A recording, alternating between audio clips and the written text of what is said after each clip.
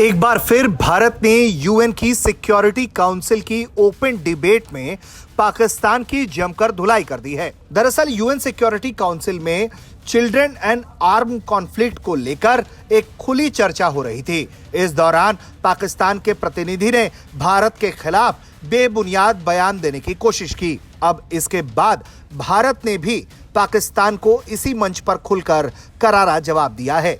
भारत की तरफ से पाकिस्तान को आईना दिखाते हुए बताया गया है कि किस तरह से पाकिस्तान लगातार सिर्फ आतंकी गतिविधियों में संलिप्त नहीं है, बल्कि उसकी सेना निहत्थे अफगान बच्चों की भी हत्या करने के लिए जिम्मेदार मानी गई है। ऐसी कई रिपोर्ट्स यूएन की टेबल पर मौजूद हैं, जहां साफ पता चलता है कि पाकिस्तान की सेना ने अफगानिस्तानी आम आवाम पर, खासकर बच्चों पर बमबारी तक की है और उसके लिए इन रिपोर्ट्स में पाकिस्तान को जिम्मेदार ठहराया गया है।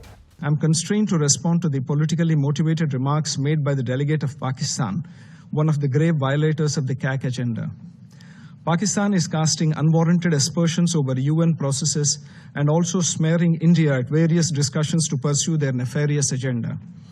We reject this attempt by Pakistan to deflect attention from the atrocities committed against children in their country, as highlighted in the Secretary General's report, as well as their rampant cross-border terrorism.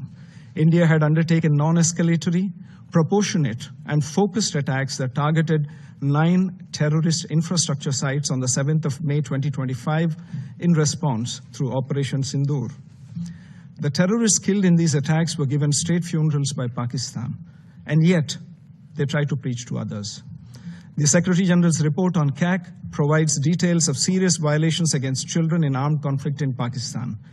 The Secretary General has expressed concern at the rise in such grave violations reported, including attacks against schools, particularly girls' schools, against health workers, and about the incidents in the border areas with Afghanistan, where a series of killing and maiming of Afghan children was directly attributed to cross-border shelling and airstrikes by Pakistani armed forces.